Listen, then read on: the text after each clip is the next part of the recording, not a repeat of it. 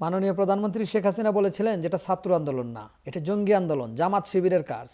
এখন কিন্তু সত্য জিনিসটা বের হয়ে আসছে। তারা নিজেদের মুখ থেকে বলতেছে জামাত শিবিরেরা যে ছাত্ররা কিছুই করতে পারে নাই, তারা যদি ব্যাকআপ না দিত, তারা যদি পাশে না থাকতো, ছাত্রদের পক্ষে সম্ভব ছিল না।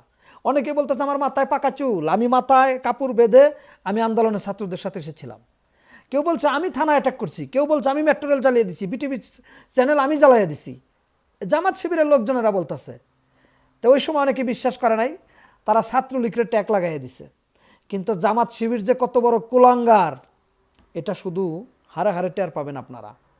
আসলে আমাদের বাংলাদেশের মানুষের বিবেক ইনসাফ কি তারা বিসর্জন দিয়েছে? সত্য জিনিসটা বোঝার চেষ্টা করে না। মেট্রো রেলের বিষয়টা আসছে, আমি আপনাকে সাধারণভাবে বুঝাই।